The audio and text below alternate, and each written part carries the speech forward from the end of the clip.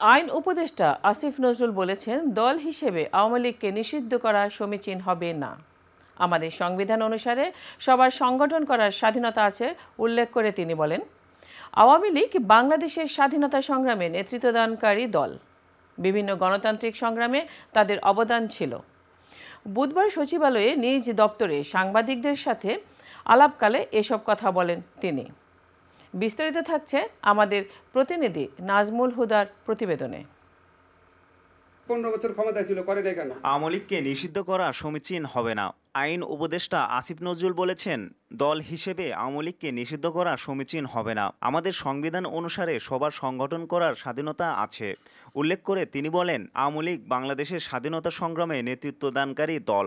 বিভিন্ন গণতান্ত্রিক সংগ্রামে তাদের অবদান ছিল। বুধবার 28 আগস্ট সচিবালয়ে নিজ দপ্তরে সাংবাদিকদের সাথে আলাপকালে এসব কথা বলেন তিনি বলেন, গত 15 বছরে তারা যা করেছে সেটা তাদের ঐতিহ্যের সাথে কোনোভাবেই যায় না, মুক্তিযুদ্ধের চেতনার সঙ্গে যায় না। বাংলাদেশের ইতিহাসে এক বর্বরতম ফ্যাসিবাদ কায়েম করেছিল আওয়ামী লীগ। আওয়ামী লীগকে নিষিদ্ধ করা হবে কিনা এমন প্রশ্নের উত্তরে তিনি বলেন, যখন আওয়ামী লীগকে নিষিদ্ধ করার দাবি উঠেছে তখন আপনি দেখেছেন আমাদের অ্যাটর্নি জেনারেলের অফিস থেকে প্রতিবাদ করা হয়েছে। কোনো রাজনৈতিক দলকে নিষিদ্ধ করার পক্ষে আমি না, যদি না কোনো জঙ্গিবাদী কিংবা রাষ্ট্রবিরোধী তৎপরতায় লিপ্ত থাকে। সত্যিকার অর্থে যদি কোনো রাজনৈতিক দল জঙ্গিবাদী কিংবা রাষ্ট্রবিরোধী তৎপরতায় জড়িত থাকে তাহলে প্রচণ্ড সততার সঙ্গে তদন্ত করে এমন কিছু করা যেতে পারে। তিনি বলেন, এই কর্মকাণ্ডের জন্য ব্যক্তিগত দায় থাকতে পারে, নেতাদের সামষ্টিক দায় থাকতে পারে, কিন্তু দল হিসেবে আওয়ামী লীগকে নিষিদ্ধ করা সমীচীন হবে বলে মনে করি না।